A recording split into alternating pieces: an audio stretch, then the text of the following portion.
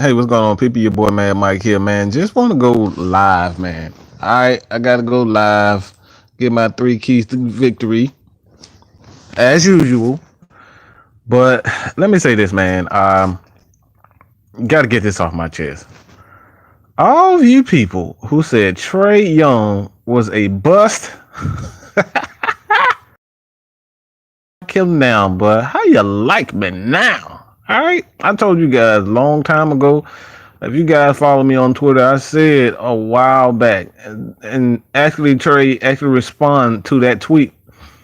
And I told guys, man, I told people, I was like, a lot of people wanted Sexton, thought Trey Young didn't have a lot of athleticism, and thought he was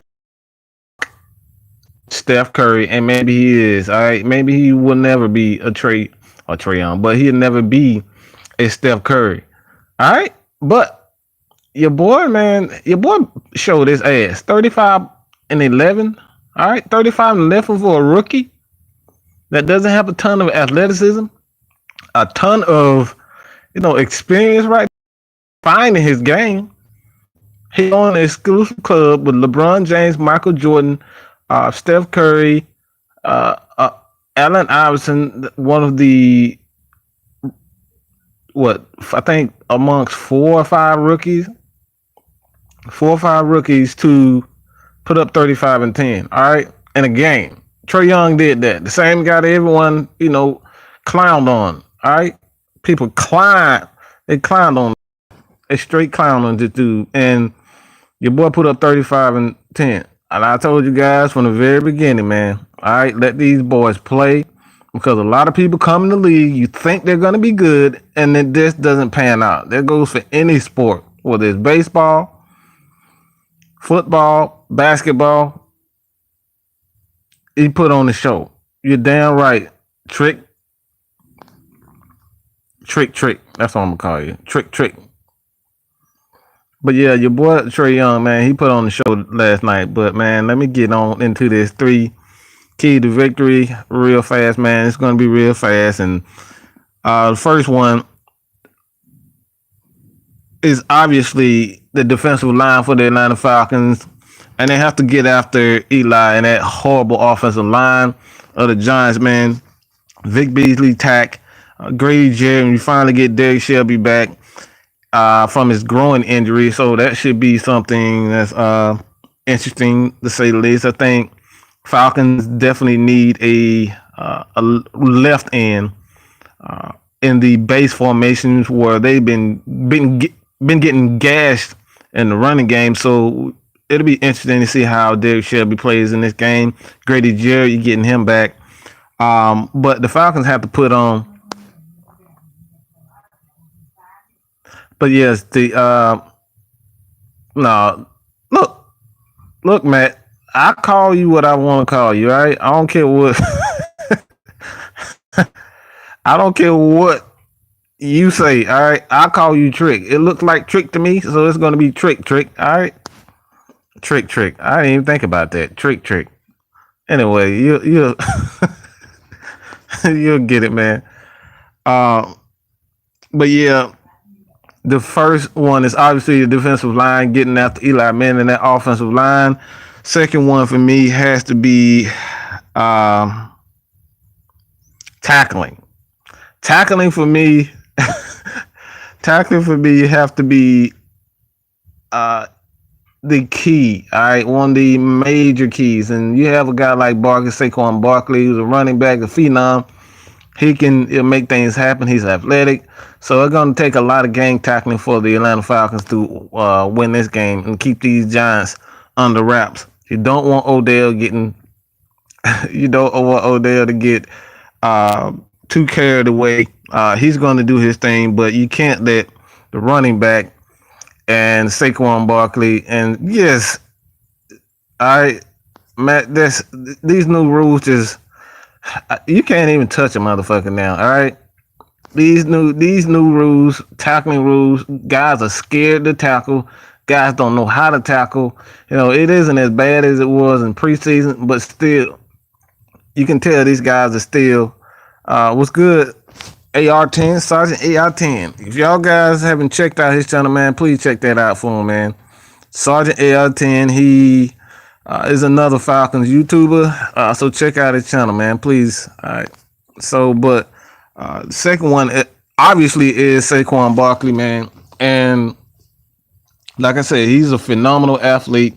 But the Falcons, if they want to continue to get this win, if they want to get this win, they have to control that guy. All right, he has to be the first option. Take away from that offense. Take away Saquon Barkley, and the Falcons will pretty much be, for me, they'll be in line for the third win of the season and possibly getting back to 500. The first one was obviously getting after Eli Manning offensive line. Second one is Saquon Barkley.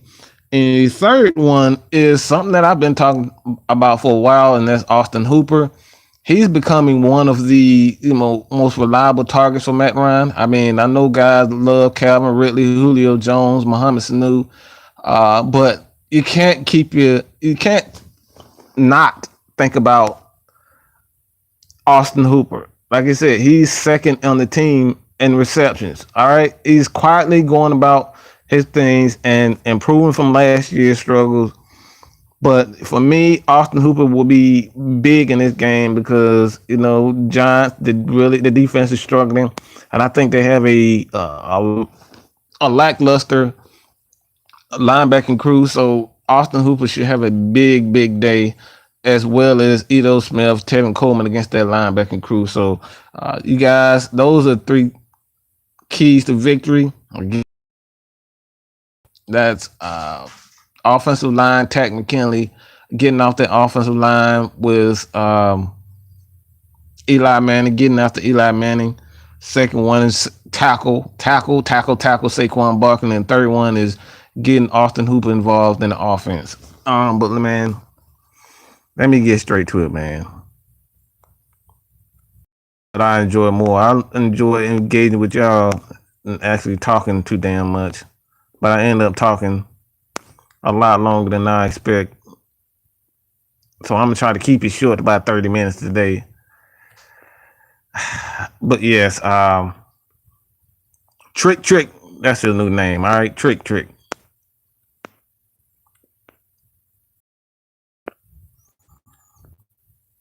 What am I seeing? I think they tackle. I think they practice tackling, but the way the rules are written, I mean, it really doesn't matter if you have the right technique. You can't touch people with the crowny helmet. If you lower yourself, you see things that we saw last night with Kareem Hunt. We've seen a lot of running backs just go over the defenders because guys are aiming low, and it makes it easier for linebackers, but running backs to just jump over the top of these guys. So we're seeing a lot of poor defense this year because of these, punk ass rules. So I don't think it's more. I don't think it has to do with a lot of people don't tackle anymore. It's just the rules. You take away a guy's aggressiveness. You take a guy, like a Keanu Neal. These guys love to hit, and if they can't hit the way they like to hit, you're taking away a lot of. Just for me, this is an exciting part of football. I love to see big hits. I love to see running backs run over guys, and the way these new rules are written, man, it just doesn't do anything good for the defense or the offensive player, man. You can't hit with the crowning head. You can't lead with the head. I mean, you can't do any damn thing, man.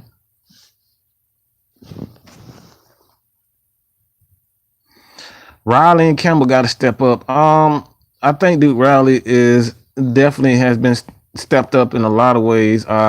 He still has a ways to go, and I think I've said this before in the past, man. If you're looking at Duke Riley to be a starter, that's not what he was brought here for. Dan Quinn didn't draft him to be a starter. He drafted him to be one of those rotational players behind Deion Jones and Campbell. All right, Campbell, most of the time the Falcons are in nickel.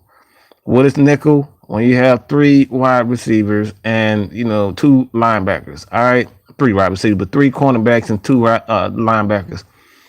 Oftentimes, you won't see that third linebacker in a lot. The Falcons play a lot of nickel. All right, that's three cornerbacks and two linebackers. So you won't see a lot of Duke Riley. So when you guys get out, shut the door.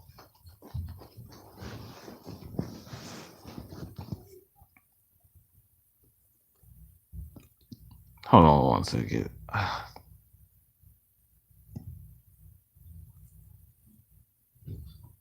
Okay, here we go.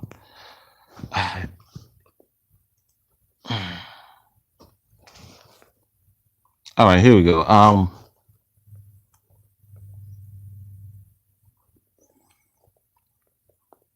But yes, but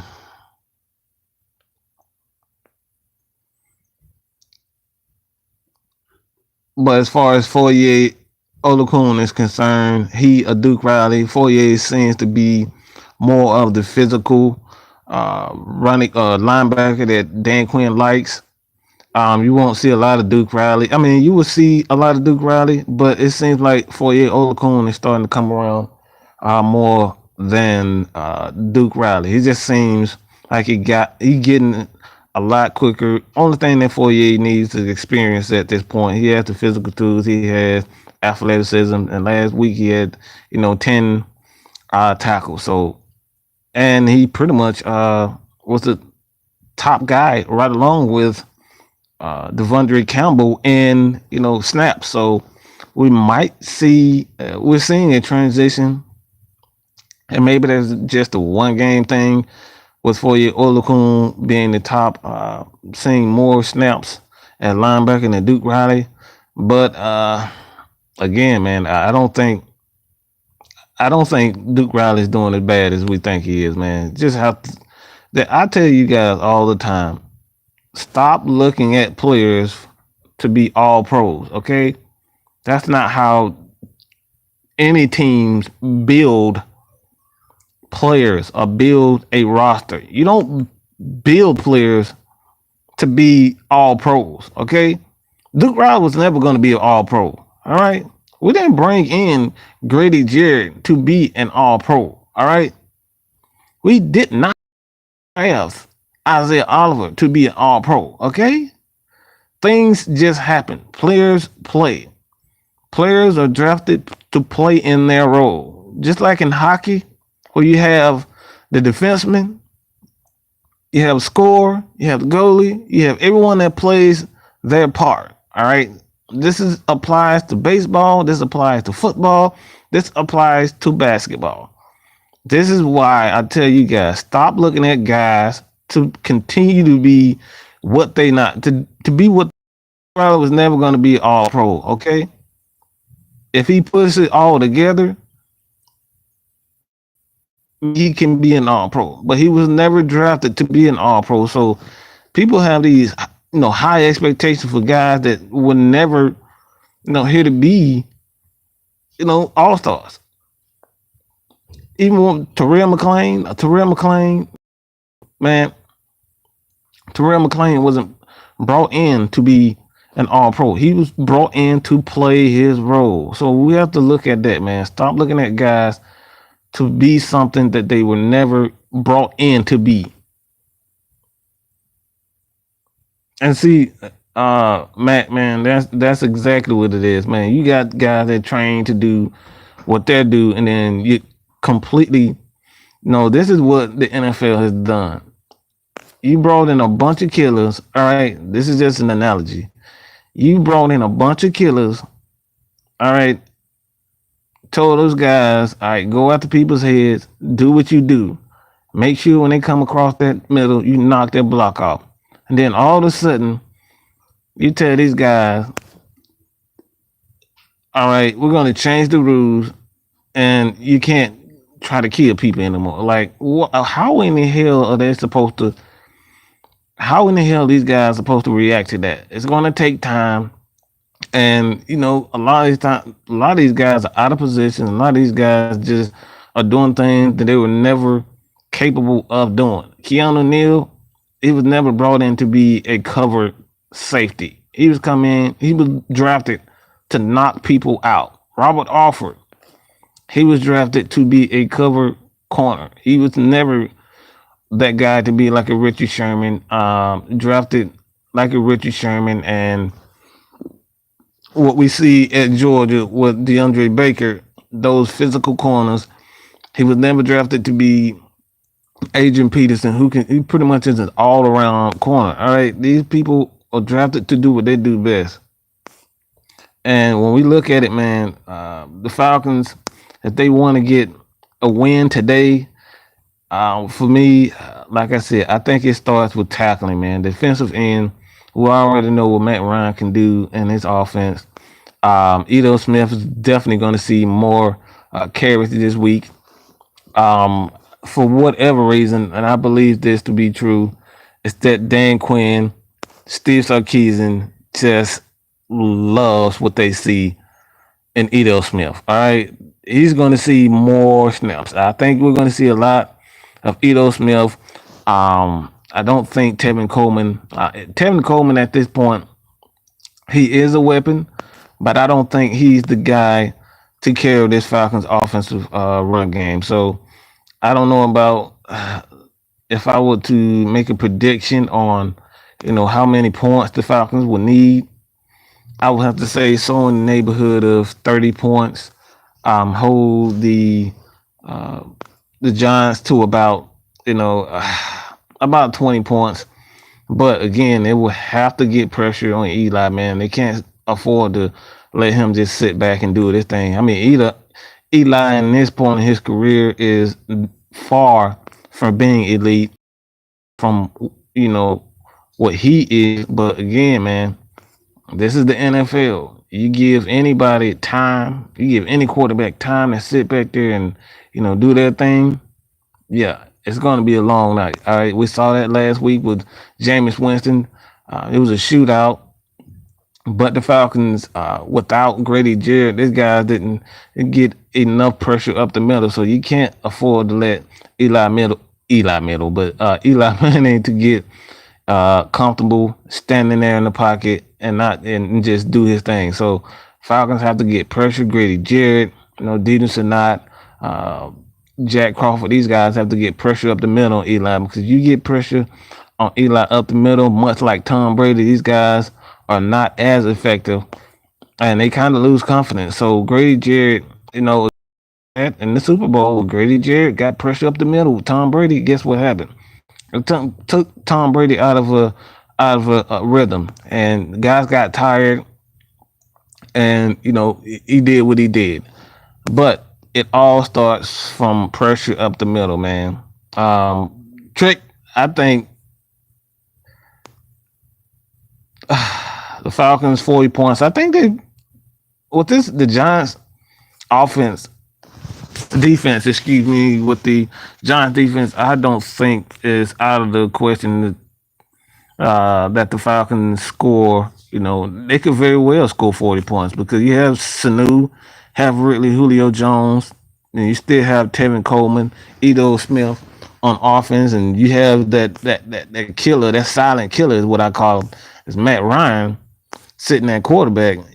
He can easily score 40 points. So I believe it. Like I said, especially with the Giants are 1-5, the defense is just terrible.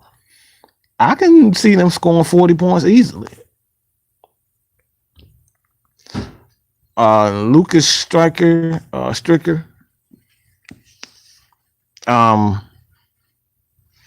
at Sanu and Ridley, they will be playing. I want to see what we can get from Calvin Ridley. I know he had a sore foot last week, and I think for the most part it was precautionary. You don't want him. He's the rookie.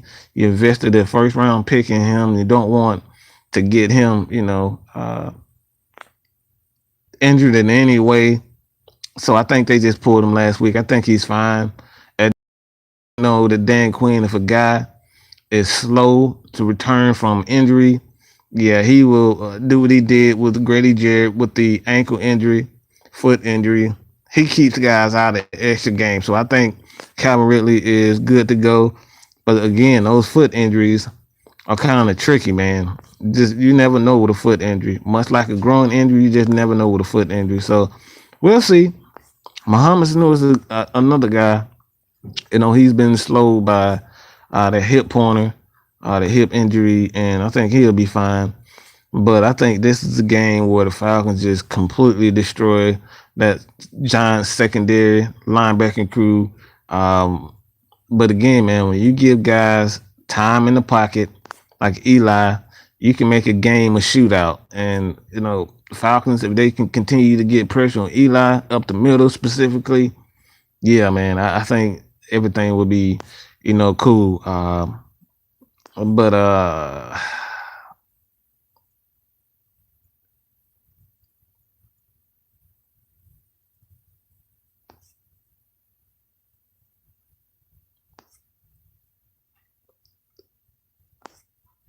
the Saints and injury.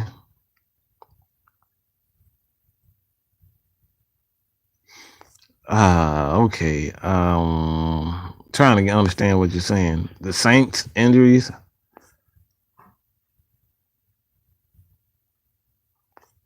I don't know what you're saying, but I'm trying to read this shit, but I think I get what you're saying. But for the most part, man, um, the Saints, man, they've been incredibly lucky.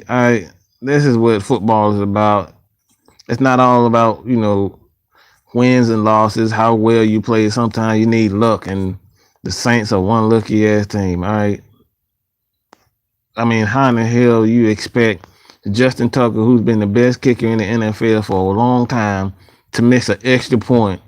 All right, he missed an extra point to tie the game to go into overtime, and he missed it. Saints get a win. Luck has been on the Falcons' side for a good minute. If since 2016, man, injuries this year, and I just hope the Falcons can get the win today and tomorrow, but next week everything will be fine. But yeah, man. Like I said before, the first one is getting after Eli. The defensive line have to get after Eli. Don't give him time to get the ball to Odell and Saquon Barkley, who they're using in the passing game.